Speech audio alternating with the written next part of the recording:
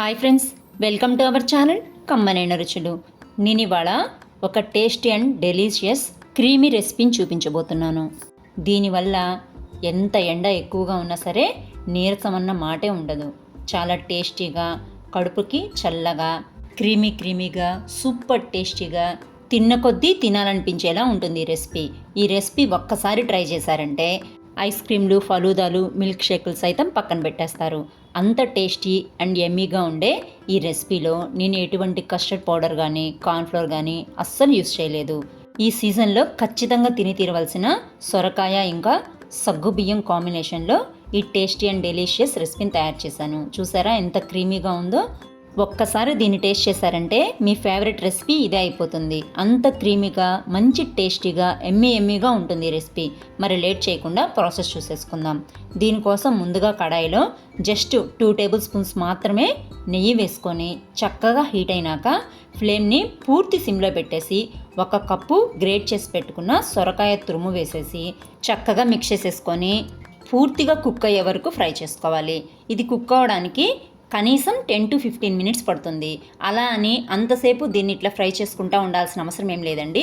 ఒకసారి చక్కగా మిక్స్ చేసేసుకున్నాక కడాయి అంతా స్ప్రెడ్ చేసేసుకొని మూత పెట్టేసి 4-5 నిమిషాలు కుక్ అయిన తర్వాత మళ్ళీ తిరిగి 1 నిమిషం పాటు ఫ్రై చేసుకున్నాక అలాగే యాస్టీస్గా మూత పెట్టేసి ఇంకొక 4-5 నిమిషాలు కుక్ చేసుకున్నామంటే చక్కగా సాఫ్ట్గా అయిపోతుంది. నేనైతే ఈ రెసిపీలో ఎటువంటి డ్రై ఫ్రూట్స్ కానీ, డ్రై నట్స్ కానీ యూస్ చేయట్లేదు. మీకు ఇంట్రెస్ట్గా ఉంటే వాటిని ఏదైనా యాడ్ చేసుకోవాలి అనుకుంటే మనం స్టార్టింగ్లో సొరకాయ తురుము ఫ్రై చేసుకునే ముందే గీ వేసుకున్నాం కదా, అప్పుడు మీకు నచ్చిన డ్రై ఫ్రూట్స్ని కానీ, కిస్మిస్ కానీ వేసేసి రోస్ట్ చేసి పక్కన పెట్టుకొని లాస్ట్లో యాడ్ చేసుకుంటే సరిపోతుంది. నేనైతే దీన్ని పూర్తిగా క్రీమీ ఫ్లేవర్తో, అది కూడా తక్కువ నెయ్యి వేసి చేయాలనుకుంటున్నాను. కాబట్టి డ్రై నట్స్, డ్రై ఫ్రూట్స్ ఏమీ యూస్ చేయట్లేదు. కేవలం 2 టేబుల్ స్పూన్స్ నెయ్యి యూస్ చేసి ఈ రెసిపీని ప్రిపేర్ చేస్తున్నాను. డ్రై ఫ్రూట్స్, డ్రై నట్స్ వాడే వాళ్ళైతే 2 టేబుల్ స్పూన్స్ ప్లేస్లో 4 టేబుల్ స్పూన్స్ నెయ్యి వేసుకొని హీట్ అయినాక నట్స్ని కానీ, డ్రై ఫ్రూట్స్ని కానీ ఫ్రై చేసి పక్కన పెట్టుకున్న తర్వాత మిగతా ప్రాసెస్ కంటిన్యూ చేయాలి. నేను చూపించిన ప్రాసెస్లో చేసుకునే వాళ్ళకి మాత్రమే 2 టేబుల్ స్పూన్స్ నెయ్యి సరిపోతుంది. నట్స్ ఫ్రై చేసుకోవడానికి అయితే 2 టేబుల్ స్పూన్స్ నెయ్యి సరిపోదు.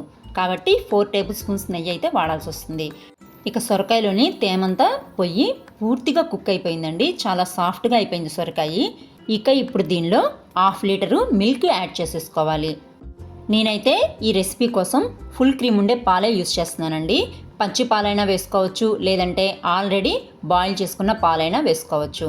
ఏ పాలైనా సరే ఒకసారి పాలు యాడ్ చేసుకున్నాక చక్కగా మిక్స్ చేసేసుకొని పాలు ఇలా ఒక తెరలు వచ్చినాక 4-5 గంటలు ముందుగా నానబెట్టుకున్న లావు సగ్గుబియ్యం వేసేసి చక్కగా మిక్స్ చేసేసుకొని పూర్తి లో ఫ్లేమ్లో సగ్గుబియ్యం అన్నీ ట్రాన్స్పరెంట్గా వచ్చే వరకు ఉడికించుకోవాలి.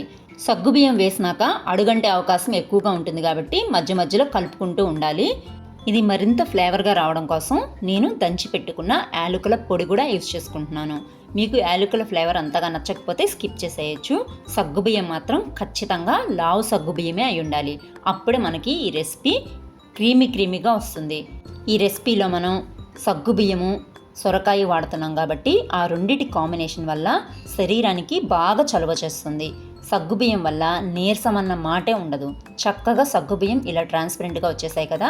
ఇప్పుడు జస్ట్ ఒక 4 or 5 మాత్రమే టేబుల్ స్పూన్స్ షుగర్ని యాడ్ చేసేసుకొని ఒకసారి చక్కగా మిక్స్ చేసేసుకొని షుగర్ అంతా మెల్ట్ అయిపోయినాక జస్ట్ 1 మినిట్ హై ఫ్లేమ్లో ఉంచి స్టవ్ ఆఫ్ చేసేసుకుంటే సరిపోతుంది.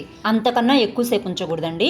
షుగర్ మెల్ట్ అయినాక కేవలం 1 మినిట్ మాత్రమే హై ఫ్లేమ్లో ఉంచేసేసి స్టవ్ ఆఫ్ చేసేసి పూర్తిగా చల్లారిపోయినాక ఒక 1/2 అవర్ మాత్రమే ఫ్రిడ్జ్లో స్టోర్ చేసేసుకొని సర్వ్ చేసుకుంటే క్రీమీగా, సూపర్ టేస్టీగా ఉండే సబుదానా కద్దూకాకి తయారైపోతుంది. టేస్ట్ అయితే సూపర్గా ఉంటుంది.